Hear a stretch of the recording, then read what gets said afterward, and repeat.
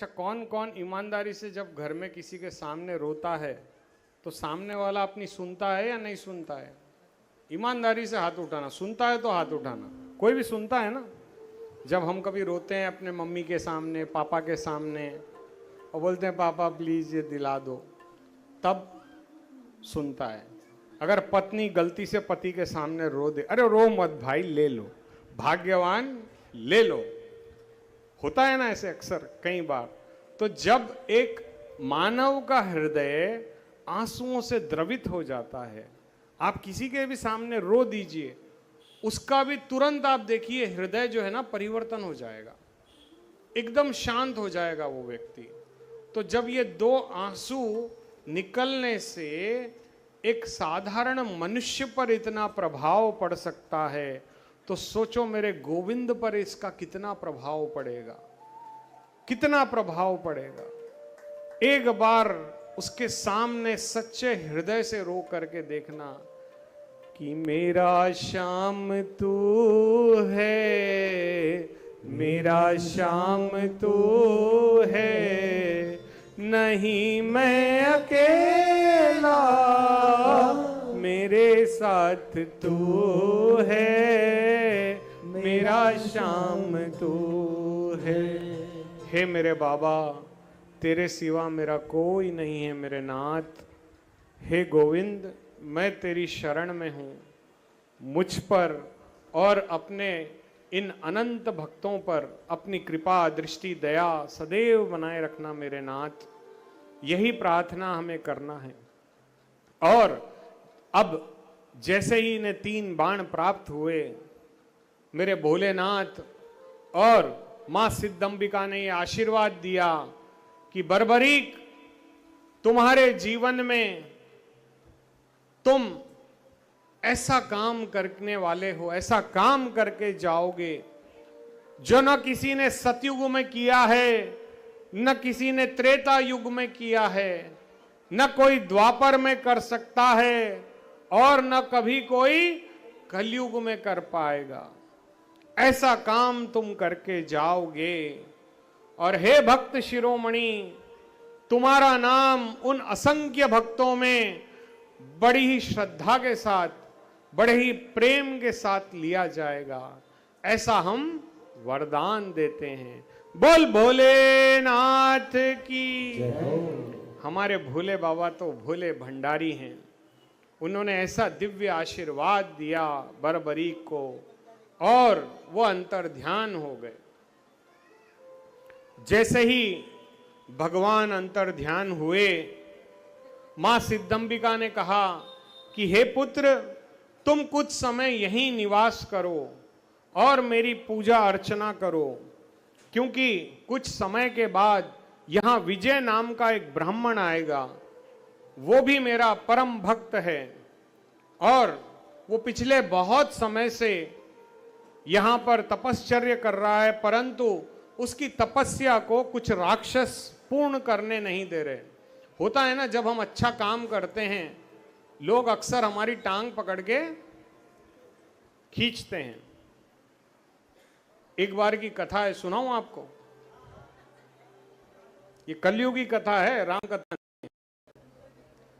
क्या हुआ कि एक बार की बात है, कुछ साइंटिस्ट जमा हुए, भारत के, अमेरिका के, लंदन के, यूरोप के, सारी कंट्रियों के साइंटिस्ट अमेरिका में जमा हुए, और वो प्रदर्शनी थी केकड़ों की, जिसको हम क्या बोलते हैं, क्रैब होता है ना, केकड़ा। तो भांति भांति के केकड़े वहां लाए गए थे। हमारे भारतवर्ष के केकड़े भी गए फ्लाइट में बैठ करके अमेरिका। अब केकड़ों को क्या पता कि फ्लाइट क्या है, वो बेचारे बैठ के चले गए अपना। अब एग्जीबिशन लगी, देश विदेश से बहुत लोग आए और उन केकड़ों को देख रहे थे।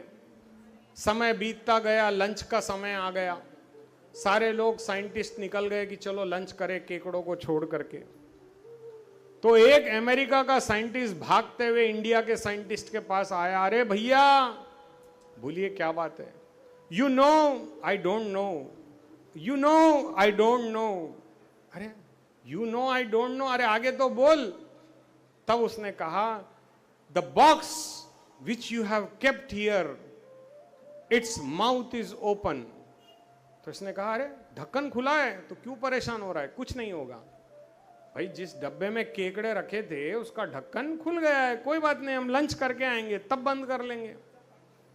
अब अमेरिका का साइंटिस्ट बोलता है यार कैसा आदमी है, इंडिया वाले हकीकत में सुधरेंगे नहीं। मेरा क्या है, इतने सारे केकड़ों में ये कहां से अपने केकड़े को ढूंढेगा, सारे केकड़े डब्बे से बाहर निकल जाएंगे। मैं इसको बोल रहा हूं डब्बा बंद कर दे और ये खाने के लिए इच्छुक है। होता है ना, हम लोग भी पहले पार्टी में जाके दूल्हा कौन है पता नहीं, दुल्हन कौन है पता नहीं, उसने क्या वस्त्र पहने पता नहीं, लेकिन हाँ गुलाब जामुन कैसा है ये सबको पता होता है। होता है या नहीं होता है? अरे यार परसों यार हरीश भाई के पास फंक्शन में गए थे यार, रबड़ी बढ़िया थी, है ना। गिरीश भाई के घर पे दावत थी, बोले क्या बढ़िया था, बोले यार गिरीश भाई ने जो है ना रसमलाई बड़ी अच्छी रखी, और मनोज भाई ने देख यार मालपुए अच्छे बनाए थे।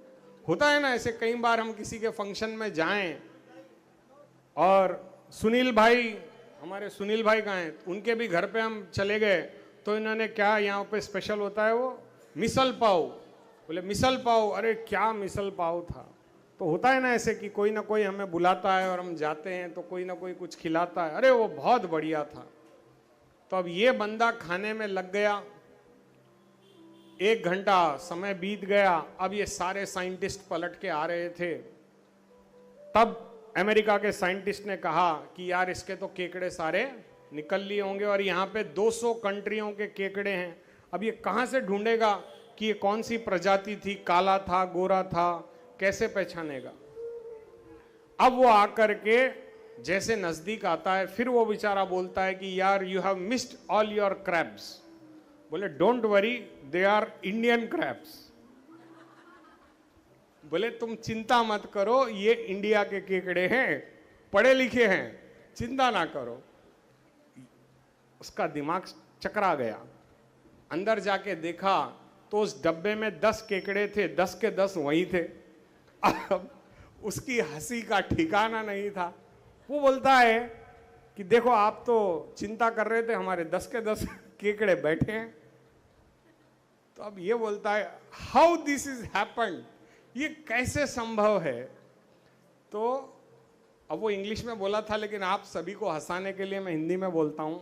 बोले ये भारत के केकड़े हैं, एक बाहर निकला होगा, दूसरे ने टांग पकड़ के खींची होगी, और जब दूसरा बाहर निकला तो तीसरे ने टांग पकड़ के खींची होगी। और ये टांग पकड़ के खींचने की जो आदत थी, इसके चलते कोई बाहर नहीं निकल पड़ा, सारे के सारे वहीं बैठे रहे।